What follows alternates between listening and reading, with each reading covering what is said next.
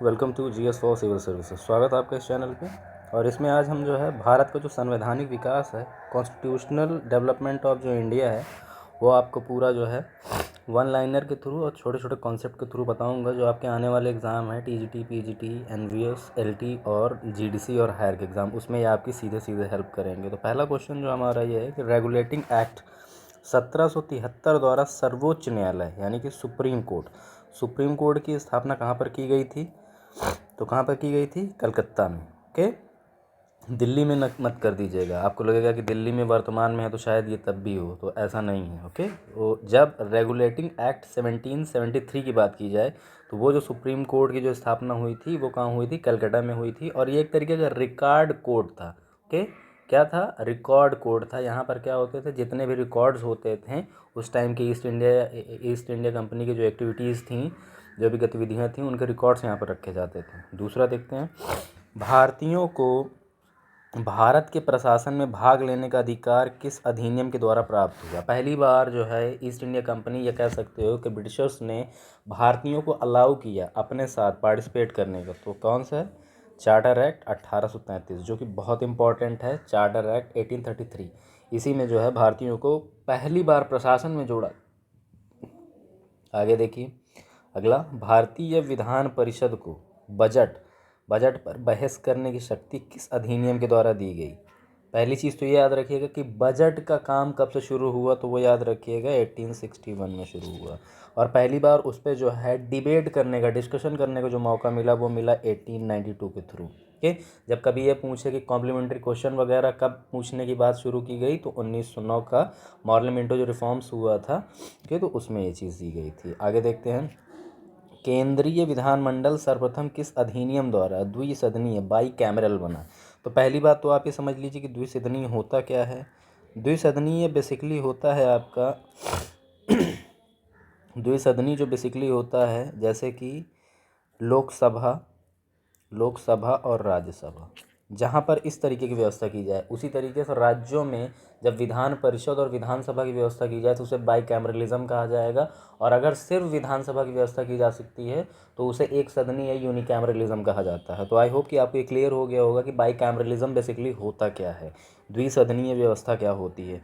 तो 1909 का जो भारत शासन अधिनियम था, जिसे आप सामान्य या जनरल वर्डिंग्स में, जिसे आप मॉन्टेग्यू चेम्सफोर्ड रिफॉर्म्स के नाम से जानते हैं, उसे बोला जाता है। उसी में जो है केंद्रीय विधानमंडल सर्वप्रथम जो है क्या किया गया था? चालू किया गया था, यह व्यवस्था शुरू की गई थी। किसमें? 1919 के एक्ट का। तो आप मुझे कमेंट बॉक्स में ये आंसर करके बताइए कि 1919 के भारत शासन अधिनियम को किसी और नाम से जो जाना जाता था, उसे आपको आंसर करना है। अगला क्वेश्चन है, भारत के राष्ट्रपति को अध्यादेश, ऑर्डिनेंस निर्गत करने की, यानी कि ऑर्डिनेंस देने की जो शक्ति है, मूलतः किस अधिनियम से प्राप्त हुई? यहाँ पे प्रेसिडेंट्स की बात हो रही है। ओके, प्रेसिडेंट की बात हो रही है। तो प्रेसिडेंट को क्या है?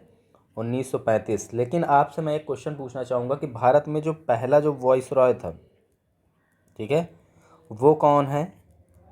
और उसे अध्यादेश की शक्ति जो है, अध्यादेश की जो शक्ति है वो उसे कैसे मिली? किस कानून या किस अधिनियम के तहत मिली? तो आप मुझे कमेंट बॉक्स में आंसर करके बताइए। लेकिन यहाँ पे ये याद रखिएगा कि भारत के राष्ट्रपति को जो अध्यादेश निर्गत करने की जो शक्ति है, मूलतः 1935 के गवर्नमेंट इंडिया एक्ट से प्राप्त हुआ है। थोड़ा सा भारत में जो संवैधानिक विकास है वो थोड़ा सा आपको मैं समझा देता हूँ कि देखो, जब तक ईस्ट इंडिया कंपनी थी, ईस्ट इंडिया कंपनी ये कब थी? 1773 के बाद से। जब ये आपका बक्सर का युद्ध हो जाता है 1764 में, तो उसके बाद एक थोड़ा सा गैप होता है, फिर 1773 से एकदम ऑर्गेनाइज वे में इंडिया पे रूल करना शुरू करती है। लेकिन जो शुरुआती शासन होता है वो कंपनी के अधिनियम के तहत चलता है, यानी कंपनी के अंतर्गत चलता है। और ये बोर्ड ऑफ डायरेक्टर्स और कोर्ट ऑफ डायरेक्टर्स के थ्रू ये चलता है। ओके, और यही बोर्ड ऑफ डायरेक्टर्स और कोर्ट ऑफ डायरेक्टर्स को 1857 की क्रांति के बाद 1858 के एक्ट में, कब?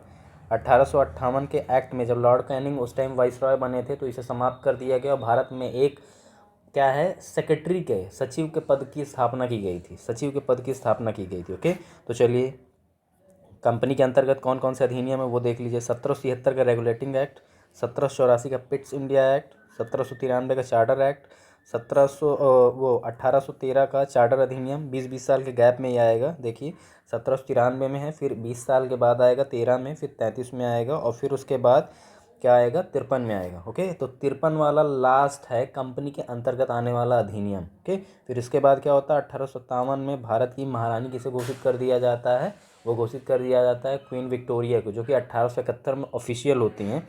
और 1858 में भारत शासन अधिनियम का पहला एक्ट बनता है, फिर 61 में आता है, 92 में, 1909 में, 1919 और 1935, और लास्ट होता है हमारा 1947 का भारत स्वतंत्रता अधिनियम, जो कि क्या है माउंटबेटन प्लान का अप्लाइड नाम है। ओके, जो कि 3 जून 1947 को दिया गया था। ये चीज़ एकदम याद रखिएगा।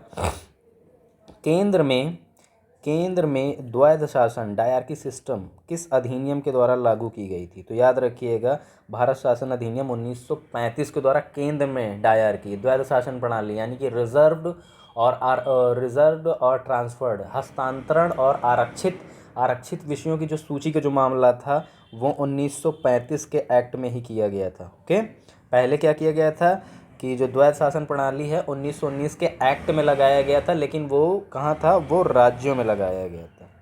वो कहाँ लगाया गया था, राज्यों में लगाया गया था। आगे देखिए, ब्रिटिश भारत में किस अधिनियम में संघीय शासन का प्रावधान था, किसमें संघीय शासन का प्रावधान था। संघीय शासन बेसिकली क्या होता है, फेडरलिज्म जिसे कहा जाता है, जब शासन या शासन के विषयों को राज्य और केंद्र में जब विभाजित कर दिया जाता है, कुछ शक्तियां राज्यों को मिलती हैं, कुछ शक्तियां केंद्र को मिलती हैं, इसको क्या बोला जाता है, संघीय शासन कहा जाता है। जैसे कि यूएसए है, कनाडा है, इन सब जगह पे जो है संघीय व्यवस्था की बात की गई है। उसी तरीके से भारत में भी ये चीज़ की गई है। अब देखिए, अखिल भारतीय संघ ऑल इंडिया फेडरेशन जो है स्थापित करने का प्रावधान किस अधिनियम में था, तो याद रखिएगा भारत शासन अधिनियम 1935 में था, लेकिन ये लागू नहीं हो सका। भारत के संविधान में केंद्र और राज्यों के मध्य किया गया शक्तियों का विभाजन भारत शासन अधिनियम 1935 पर आधारित है। ओके, किस पे आधारित है, 1935 पे, लेकिन जो तरीका है वो कनाडा से लिया गया है। ओके, कनाडा से लिया गया है, ये याद रखिएगा।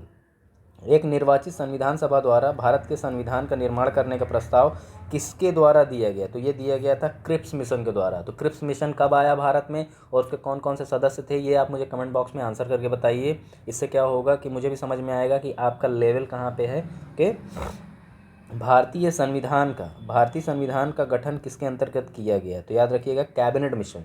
संविधान सभा का जो गठन हुआ था 1946 में, कैबिनेट मिशन भारत आया था और उसी के तहत जो है ये गठन किया गया था। ओके, संविधान सभा का गठन किया गया था। आगे देखते हैं, कैबिनेट मिशन द्वारा प्रस्तुत योजना के अनुसार संविधान सभा में प्रांतों में प्रतिनिधियों का निर्वाचन किस अनुपात में किया गया था, तो 10 लाख प्रति एक सदस्य पर किया गया था। लेकिन याद रखिएगा लोगों के द्वारा ये नहीं चुने गए थे, ये आपसी सहमति और अंडरस्टैंडिंग के बेसिस पे ही चुने गए थे।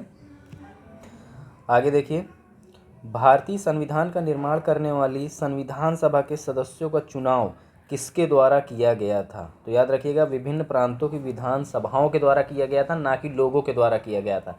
यानी कि प्रत्यक्ष चुनाव नहीं किया गया था, आपसी सहमति और विधानसभाओं के लोगों के द्वारा किया गया था, ना कि आम जनमानस के द्वारा किया गया था। ये क्वेश्चन बहुत ही कंफ्यूजिंग है और लगातार पूछता है। ओके, आई होप कि आपको यहाँ तक समझ में आ गया होगा। अगर आपको ये वीडियो अच्छी लगी है तो लाइक शेयर और सब्सक्राइब ज़रूर करें, लोगों को रिकमेंड करें, और मेरे लिए कोई सजेशन हो तो वो भी ज़रूर बताएं। तो thank you for watching the video.